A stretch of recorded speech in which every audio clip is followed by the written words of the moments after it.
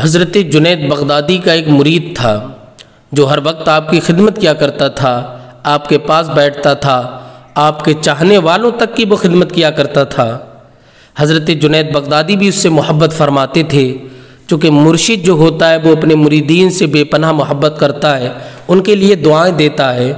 اس لیے ہمیشہ سچے پکے سنی صحیح العقیدہ مرشد کے ہاتھ پر بیعت ہو جانا چاہیے، تاکہ دنیا میں بھی ان کی دعائیں ساتھ رہیں اور آخرت میں بھی ان کی دعائیں ساتھ رہیں۔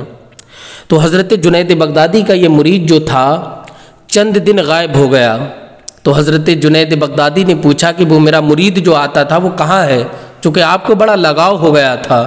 تو آپ کے دوسرے مریدین نے کہا حضور وہ تو خود مرشد بن گیا، وہ تو ولایت کا دعویٰ کر رہا ہے اور وہ کہہ رہا ہے میں بھی اللہ کا ولی ہوں اور مقربین میں شامل ہوں۔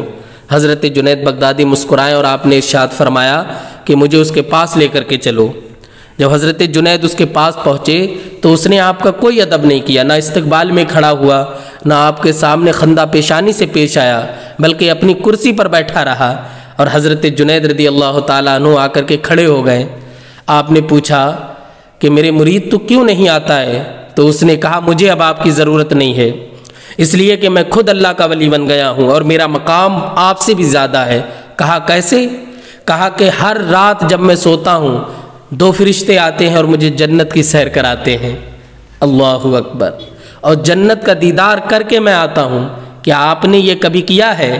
تو حضرت جنید بغدادی مسکرانے لگے اور آپ نے ارشاد فرمایا جب آج تم جنت کی سیر کرنے جاؤ، جب آج تمہیں فرشتے لے کر کے جائیں تو لا حول ولا قوت الا باللہ العلی العظیم یہ پڑھ لینا۔ حضرت جنید بغدادی لوٹ کر کے آ گئے۔ مریدوں کے ساتھ وہ بیٹھا ہوا ہے آپ کا مرید۔ اب کیا ہوتا ہے کہ رات کا وقت آتا ہے، وہ سونے کے لیے اپنے بستر پر جاتا ہے اور سو جاتا ہے۔ اسی طریقے سے جو ہر دن فرشتے اس کے گمان میں آتے تھے وہ پھر آئے اور اسے لے کر کے چلنے لگے۔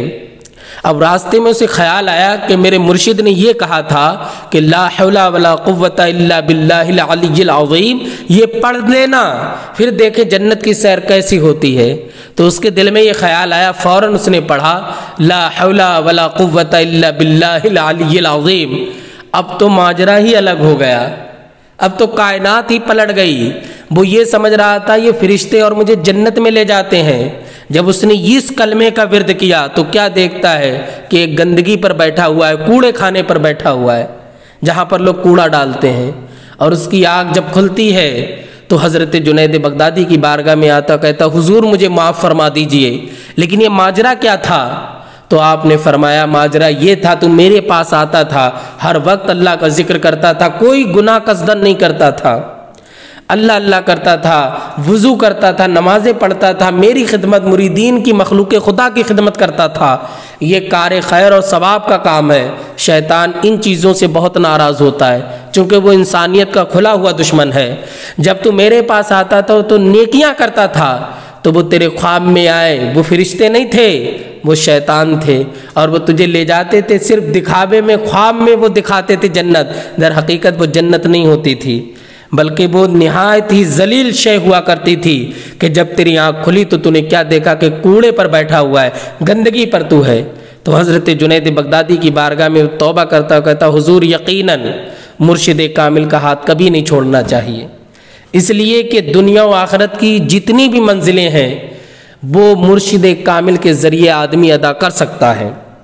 تو انہوں نے اپنے مرشد کو چھوڑا تو آپ نے دیکھا کس طریقے سے گمراہی کے دلدل کی طرف جانے لگے کہ شیطان فرشتے کے روپ میں آئے اور وہ یہ سمجھ رہا مجھے جنت دکھا رہے ہیں، در حقیقت وہ جنت نہیں تھی، وہ کیا تھا جو ہم لوگ اپنی بستی کا کوڑا نکال کر کے ایک ڈھیر بنا دیتے ہیں اس میں وہ لے جاتے تھے، لیکن اسے محسوس یہ کرواتے تھے کہ گویا وہ جنت میں ٹہل رہا ہے۔ تو حضرت جنید بغدادی کے فیضان سے اللہ پاک ہم لوگوں کو مالا